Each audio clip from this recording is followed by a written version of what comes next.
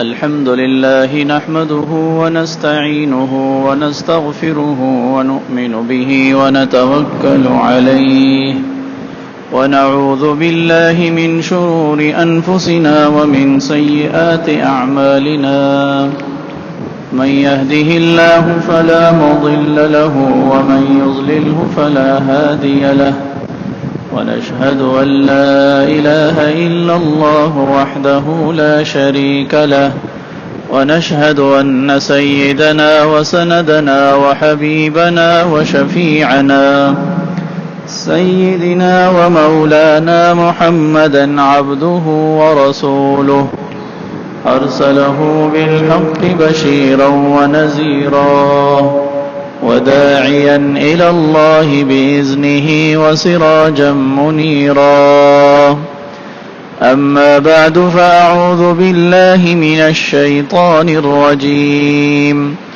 بسم الله الرحمن الرحيم عسى أن تكرهوا شيئا وهو خير لكم وعسى أن تحبوا شيئا وهو شر لكم والله يعلم وأنتم لا تعلمون صدق الله مولانا العظيم وبلغنا رسوله النبي الكريم ونحن على ذلك لمن الشاهدين والشاكرين والحمد لله رب العالمين رب اشرح لي صدري ويسر لي أمري واحلل عقدة من لساني يفقه قولي سبحانك لا علم لنا إلا ما علمتنا إنك أنت العليم الحكيم رب زدني علما اللهم صل على سيدنا ومولانا محمد النبي الأمي في أول كلامنا وصل على سيدنا ومولانا محمد النبي الأمي في أوسط كلامنا وصل على سيدنا ومولانا محمد النبي الأمي في آخر كلامنا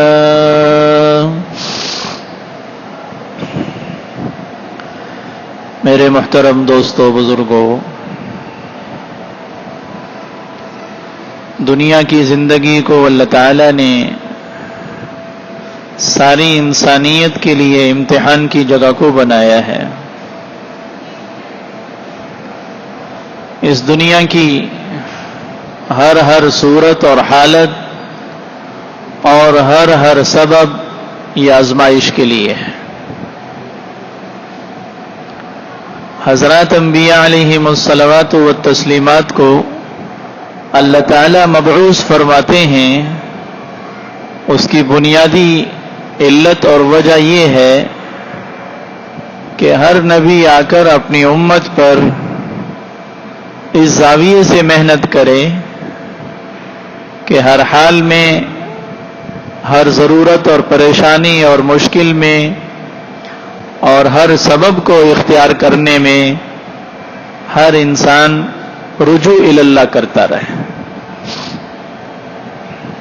حالات تو زندگی کا حصہ ہے، کبھی تنگی کے احوال کا سامنا کرنا ہوگا اور کبھی فراخی کے احوال آئیں گے، کبھی تو خوشحالی کے احوال کا سامنا ہوگا اور کبھی غم کا حال کا سامنا بھی کرنا پڑے گا، کبھی صحت کی حالت ہوگی تو کبھی بیماری کی حالت ہوگی، کبھی عزت کے اسباب نظر آئیں گے اور کبھی ذلت کے اسباب نظر آئیں گے، کبھی دن ہے کبھی رات ہے، کبھی غمی ہے کبھی خوشی ہے، کبھی تو بیماری ہے کبھی تو صحت ہے، ہر حال میں رجوع الی اللہ کرنا یہ کامیابی کی دلیل ہے۔ آسمانی تعلیمات میں غور کریں گے تو ان تمام آسمانی علوم، اس کا نچوڑ، اس کا بنیادی نقطہ آپ اس بات کو پائیں گے کہ اللہ کی چاہت یہ ہے کہ ہر حال میں ہر بندہ رجوع الی اللہ کرے اور ہر دو پہلو میں اللہ سے خیر کو مانگے، ہر دو راستوں میں خیر کے راستے کو اللہ سے طلب کرے، ہر دو سبب میں بھی خیر کے سبب کو اللہ سے مانگے۔ رسول اکرم صلی اللہ علیہ وسلم کی تعلیمات میں جن باتوں پر زور دیا گیا ہے اس میں استخارے پر بھی زور دیا گیا ہے۔ حضرات صحابہ رضوان اللہ تبارک و تعالی علیہم اجمعین فرماتے ہیں کہ آقا علیہ الصلوۃ والسلام ہمیں اس قدر مفہوم یہ ہے استخارے کی تلقین فرماتے تھے جس قدر کسی آیت کو یاد کرنے کی تلقین فرماتے تھے۔ اور استخارہ اور دعائے استخارہ کا نچوڑ کیا ہے کہ انسان اپنی ذات پر، اپنے علم پر، اپنے تجربے پر، اپنے پاس موجود اسباب پر ذرہ برابر اعتماد نہ کرے، یہ اعتماد اللہ کی ذات پر کرے۔ اور اس معاشرے کے اندر، دنیا کی زندگی کے اندر بہت ساری چیزیں ایسی ہیں جسے انسان چاہتا ہے، اسے پسند کرتا ہے، اور بہت ساری چیزیں ایسی ہیں جسے ناپسند کرتا ہے، چاہتا ہی نہیں ہے۔ اب کس سبب کو اختیار کرنا اس میں میرے لیے خیر ہے، کون سی پسند میں میرے لیے خیر ہے اور کون سی پسند میں میرے لیے شر ہے، مجھے علم نہیں ہے۔ یہ بات عین ممکن ہے جو میں چاہ رہا ہوں، جو اپنے لیے پسند کر رہا ہوں، اس میں میرے لیے شر ہو، اور جس چیز کو میں ناپسند کر رہا ہوں، جسے میں برا خیال کر رہا ہوں، عین ممکن ہے اس میں میرے لیے خیر ہی خیر ہو، لیکن اس بات کو ہم نہیں جانتے، اس کو اللہ جانتے ہیں۔ تو جو ذات اس بات کو جانتی ہے، اس موقع پر اس ذات کی طرف رجوع کرنا یہ کامیابی ہے۔ عسیٰ ان تکرہوا شیئا وہو خیر لکم، اسی کو اللہ تعالیٰ ارشاد فرما رہے ہیں جس چیز کو بسا اوقات تم ناپسند خیال کرتے ہو، وہو خیر لکم، حقیقت میں وہ تمہارے لیے خیر ہوتی، حالانکہ ہم چاہ نہیں رہے، ممکن ہے اس میں خیر ہو۔ عسیٰ ان تحبوا شیئا وہو شر لکم، بسا اوقات بہت ساری چیزوں کو تم چاہتے ہو، محبت کرتے ہو، پسند کرتے ہو، وہو شر لکم، لیکن حقیقت میں اس میں تمہارے لیے شر ہوتا ہے، اس بات کو میں نہیں جانتا۔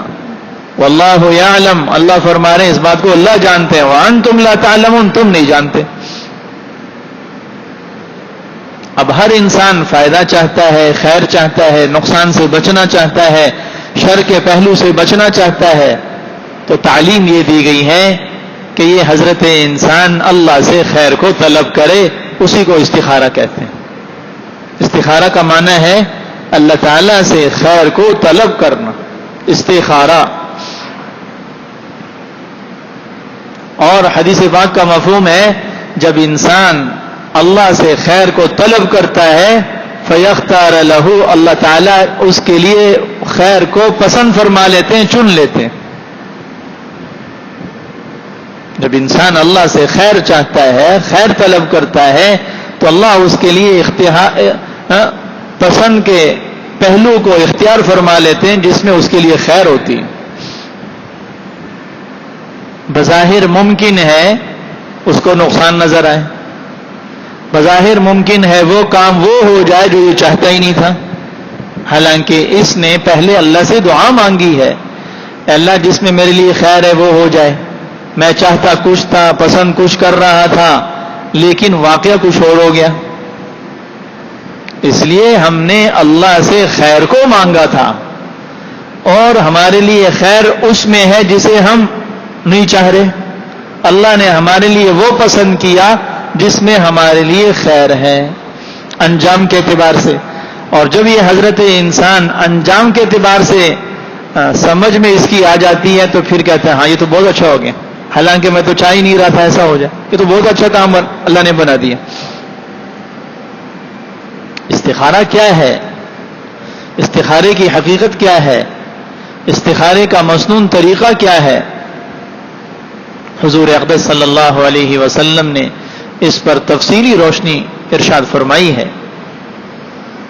اور صحابہ اکرام رضوان اللہ تبارک و تعالی علیہم اجمعین اس پر گامزن تھے.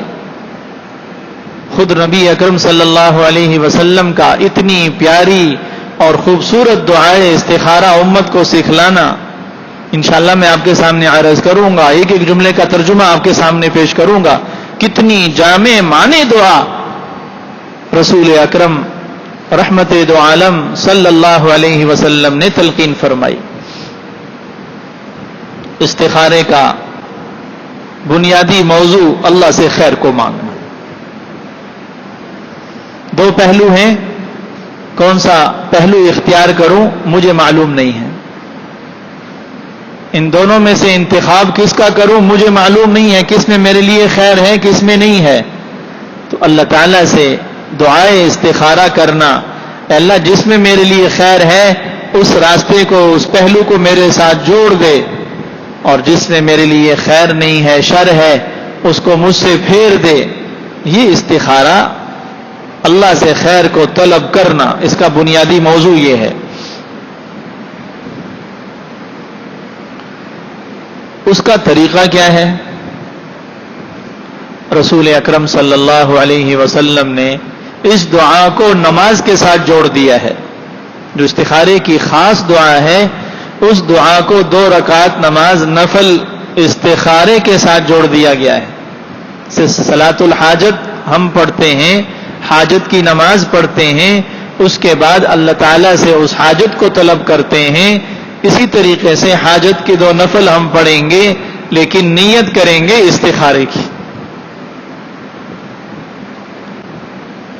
رسول اکرم صلی اللہ علیہ وسلم کو جب بھی کوئی سخت امر پیش آتا تھا رسول اکرم صلی اللہ علیہ وسلم نماز پڑھ کر اللہ کے سامنے اس معاملے کو پیش فرماتے تھے. آپ کا اپنا عمل بھی اور آپ نے امت کو بھی یہ تعلیم دی ہے کہ 2 رکعت نماز نفل پڑھ کر اللہ سے کہنا.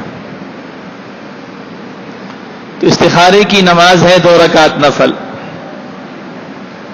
وہ 2 رکعت نماز ہم پڑھ لیں جیسے عام نفل پڑھے جاتے ہیں. ان 2 رکعتوں کا بھی وہی طریقہ ہے، کوئی خاص طریقہ نہیں. وضو ہو اور استخارے کی نیت سے، صلاۃ الحاجت کی نیت سے 2 رکعت نفل کی نیت باندھ لیں اور 2 رکعتیں ادا کر لیں.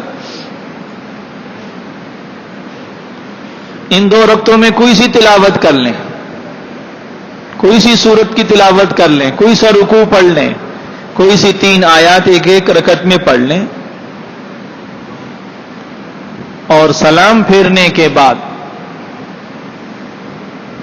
رسول اکرم صلی اللہ علیہ وسلم نے جو خاص دعا ارشاد فرمائی ہے اس دعا کے الفاظ کو ہم دوہرا لیں. وہ قبولیت کے الفاظ ہیں، نورانی الفاظ ہیں، اور یہ وہ الفاظ ہیں جنہوں نے اللہ تک پہنچنے کا پہلے راستہ دیکھ چکا ہے.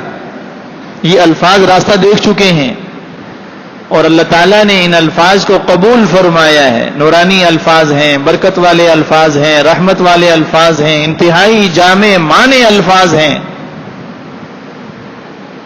اور یہ الفاظ رسول اکرم صلی اللہ علیہ وسلم کا معجزہ بھی ہے.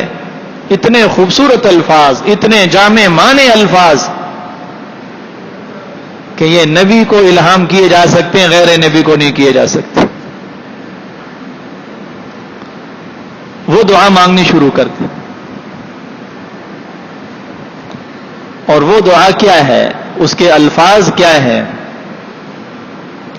اللہم انی استخیرک بعلمک. اللہ جی میں آپ سے خیر کو طلب کر رہا ہوں. واسطے میں کیا پیش کر رہا ہوں؟ بعلمک. اللہ جی آپ کو آپ کے علم کا واسطہ دے کر آپ سے خیر کو طلب کر رہا ہوں. اس پہلے جملے میں ہی انسان اپنے تجربے کی نفی کر رہا ہے، اپنے مشاہدے کی نفی کر رہا ہے، اپنے مال کی نفی کر رہا ہے، اپنی ذہانت کی نفی کر رہا ہے، اپنی کثرت کی نفی کر رہا ہے، اپنی جمعیت کی نفی کر رہا ہے، اپنے کارکنوں کی نفی کر رہا ہے، اپنے پاس موجود تمام تر وسائل اور اسباب کی نفی کر رہا ہے. اللہ جی مجھے کچھ علم نہیں ہے، آپ کو سب کچھ علم ہے، میں آپ کو آپ کے علم کا واسطہ دے کر آپ سے خیر طلب کر رہا ہوں. اللہم انی استخیرک بعلمک. ہمارے رب کا، ہمارے خالق کا، ہمارے مالک کا علم کیسا ہے؟ کامل علم ہے، مکمل علم ہے، ذاتی علم ہے، عطائی نہیں ہے. اللہ کو کسی نے علم نہیں دیا، اللہ کا ذاتی علم ہے. یعلم مثاقیل الجبال. وہ پہاڑوں کے وزن کو جانتا ہے. ہے کوئی دنیا کی طاقت جو پہاڑوں کے وزن بتائے؟ پہاڑ ہیں کتنے؟ یہ بھی اللہ کے علم میں ہے کتنے پہاڑ ہیں، اور ہر پہاڑ اور پہاڑی کا کتنا وزن ہے یہ بھی اللہ کے علم میں ہے. اور کل پہاڑوں کا وزن کتنا ہے؟ وَمِنَ الْجِبَالِ جُدَدٌ بِيضٌ وَحُمْرٌ مُخْتَلِفٌ أَلْوَانُهَا وَغَرَابِيبُ سُودٌ. سرخ پہاڑ ہیں، پتھریلے پہاڑ ہیں، سرسبز پہاڑ ہیں، برف پوش پہاڑ ہیں، لمبے چوڑے پہاڑ ہیں. تو اللہ تعالیٰ یعلم مثاقیل الجبال، تمام تر پہاڑوں کے وزن کو جانتے ہیں. وعدد قطر الامطار. جب سے کائنات کو اللہ نے بنایا ہے آج تک کتنی بارش ہوئی ہے، کتنے قطرے آسمان سے زمین پہ پہنچے ہیں، برسے ہیں، اور قیامت تک کتنی بارش ہوگی اور کتنے قطرات ہوں گے. وعدد قطر الامطار. میرے اور آپ کے رب اور خالق اور مالک کو اس کا علم ہے. وعدد ورق الاشجار. آج تک اس زمین پر کتنے پودے اور درخت کو مولا نے اگایا ہے اور کتنوں کو ختم کر دیا ہے، کتنے موجود ہیں، اور کتنی درختوں کو اور پودوں کو اللہ نے اگانا ہے. ان پر لگے ہوئے پتے کتنے اس وقت موجود ہیں اور کتنے پتے گر چکے ہیں، کتنے ختم ہو چکے ہیں، کتنوں کی ظاہری شکل باقی ہے، اور کتنے درختوں پر لگے ہیں. ان میں سے کتنوں کو کب تک بقا ہے اور کتنوں کو کتنی عمر ملنی ہے، اور قیامت تک کتنے درخت اگنے ہیں، ان پر کتنے پتے لگنے ہیں، اور ان پتوں کی کتنی عمریں ہیں. میرے اور آپ کے رب کو اور اللہ کو یہ علم ہے کہ آج تک جتنے درخت لگے ہیں، پودے آئے ہیں، چلے گئے ہیں، ختم ہو گئے ہیں اور قیامت تک لگیں گے، ان پر پتوں کی تعداد میرے اور آپ کے اللہ کے علم میں. ہم اللہ کو اس دعا میں کیا کہہ رہے ہیں؟ اللہ جی میں آپ سے خیر طلب کر رہا ہوں، آپ کو آپ کے علم کا واسطہ دے رہا ہوں.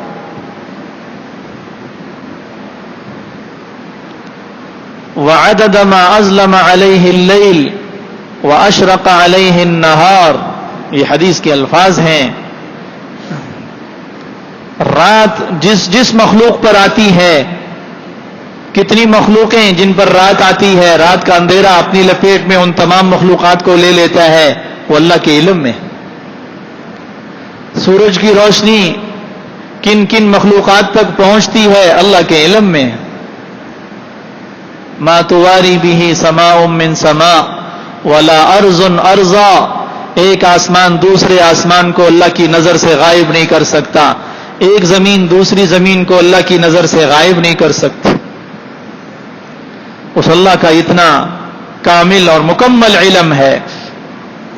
امام غزالی رحمہ اللہ نے اللہ کے علم کی ایک اور مثال دی ہے.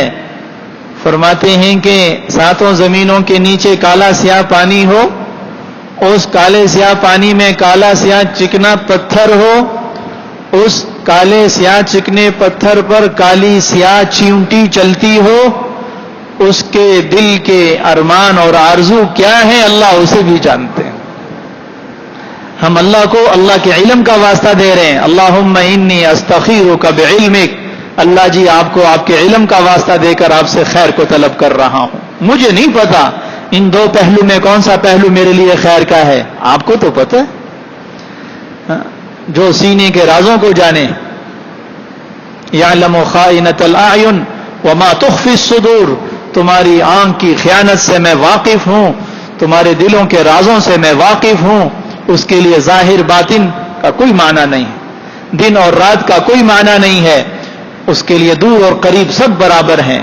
یہ دور اور قریب یہ مسافتیں مخلوق کے لیے ہیں، دن اور رات مخلوق کے لیے ہے، اندھیرا اجالا مخلوق کے لیے ہے، خالق کے لیے سب برابر. وہ روشنی میں جیسے دیکھتا ہے وہ اندھیرے میں بھی ایسے ہی دیکھتا ہے. اس کے لیے اندھیرا اندھیرا نہیں ہے، اندھیرا تو مخلوق کے لیے ہے. اس کے لیے کوئی چیز دور نہیں ہے، اس کے لیے ہر دور قریب ہے. اللہم انی استخیرک بعلمک، اللہ جی ہم آپ سے خیر طلب کر رہے ہیں آپ کو آپ کے علم کا واسطہ دے کر. واستقدرک بقدرتک، واستقدرک، اللہ جی میں آپ سے اس اچھائی کی قدرت کو حاصل کرنے کی دعا مانگ رہا ہوں جو آپ کی قدرت میں ہے، میری قدرت میں نہیں ہے، آپ کی قدرت میں ہے. اس اچھائی پر مجھے قدرت مل جائے، یہ میری طاقت میں نہیں ہے، میری قدرت میں نہیں ہے، آپ کی قدرت میں ہے. اللہ کی قدرت، سبحان اللہ. کن کہہ کر آسمانوں کو قائم کر دیا، کن کہہ کر پہاڑوں کو گاڑ دیا، کن کہہ کر زمین کو بچھا دیا، زمین کو تھما دیا. کن کہتے ہیں تو بارشیں برستی ہیں، ہوائیں چلتی ہیں. انما امرہ اذا اراد شیئا ان یقول له کن فیکون. ایسی قدرتوں والا ہے. وللہ غیب السماوات والارض وما امر الساعة الا کلمح البصر او هو اقرب. زمین اور آسمان کے تمام پوشیدہ راز اللہ کے علم میں ہے. وما امر الساعة الا کلمح البصر. ایک وقت آئے گا کل کائنات کے تمام نظام کو اللہ تعالیٰ نے درم برم کر دینا، ختم کر دینا، ملیا میٹ کر دینا. اور اللہ تعالیٰ نے قرآن پاک کے مختلف صورتوں میں اس کو بیان فرمایا ہے. سمندروں کو آگ کا لگ جانا، پہاڑوں کا فضا میں اڑ جانا، سورج اور چاند اور تاروں کا بے نور ہو کر گر جانا، آسمان کے ٹکڑے ٹکڑے ہو جانا، ساری مخلوقات کو موت واقع ہو جانا. کتنا لمبا وقت چاہیے؟ وما امر الساعة الا کلمح البصر. اللہ تعالیٰ نے سارا منزل بیان فرمایا قرآن میں اور پھر اس کا جواب دیا کتنا وقت چاہیے اس کے لیے. دنیا کے نظام کو ختم کرنے کے لیے، کل کائنات کے نظام کو درم برم کرنے کے لیے کتنا وقت چاہیے؟ وما امر الساعة الا کلمح البصر. جتنے وقفے میں انسان کی آنکھ جھپکتی ہے اتنے وقفے میں ساری کائنات ختم کر دوں گا. اس کے آگے ایک اور جملہ ارشاد فرمایا، او هو اقرب، او هو اقرب. اس پہ وقت لگتا ہے نا، اللہ فرما رہے اس سے بھی کم وقت میں کائنات کو ختم کر دوں گا. کیسے ہوگا؟ یہ عقل کا سوال ہے، کیسے ہوگا؟ تو ساتھ ہی اللہ نے فرما دیا ان اللہ علی کل شیء قدیر، بے شک اللہ ہر چیز پر قادر ہے. واستقدرک بقدرتک، اللہ جی میں آپ سے اچھائی پر قدرت کو چاہ رہا ہوں، طلب کر رہا ہوں جو آپ کی قدرت میں ہے. اسألک اللہ العظیم، اللہ جی میں فضل العظیم آپ سے فضل عظیم کا سوال کر رہا ہوں. یہ تو وہ دعائیہ کلمات ہیں. ابھی تو اصل مقصد کی طرف دعا میں ہم آئے ہی نہیں ہیں. جو اللہ سے ہم خیر کے الفاظ کو چاہ رہے ہیں، مانگ رہے ہیں، اس دعا کے اندر اتنی جامعیت ہے. یہ اس دعا کا آغاز ہے. اللہم انی استخیرک بعلمک واستقدرک بقدرتک. کتنا خوبصورت جملہ ہے. وَأَسْأَلُكَ مِنْ فَضْلِكَ الْعَظِيمِ, اللہ جی میں آپ سے آپ کے فضل عظیم کا سوال کرتا ہوں. فَإِنَّكَ تَقْدِرُ وَلَا أَقْدِرُ, جس پر آپ کو قدرت حاصل ہے مجھے حاصل نہیں ہے. وَتَعْلَمُ وَلَا أَعْلَمُ, اللہ جی اس کو آپ جانتے ہیں میں نہیں جانتا ہوں. أَنْتَ عَلَّامُ الْغُيُوبِ, آپ تمام تر پوشیدہ رازوں کو جانتے ہیں. اس دعا کا اگلا حصہ کیا ہے, ہم کن کن الفاظ میں اللہ سے خیر کو چاہتے ہیں, ان الفاظ کو بھی ہم انشاءاللہ بیان کریں گے اور ہم سب اس کو سیکھیں گے اور پھر سنت کے مطابق استخارہ کر کے اللہ تعالیٰ سے ہر معاملے میں خیر کو طلب کریں گے. اللہ تعالیٰ ہم سب کو صحیح معنوں میں دین سیکھ کر صحیح سمجھ کر عمل کرنے کی توفیق نصیب فرمائے. وآخر دعوانا ان الحمد للہ رب العالمین.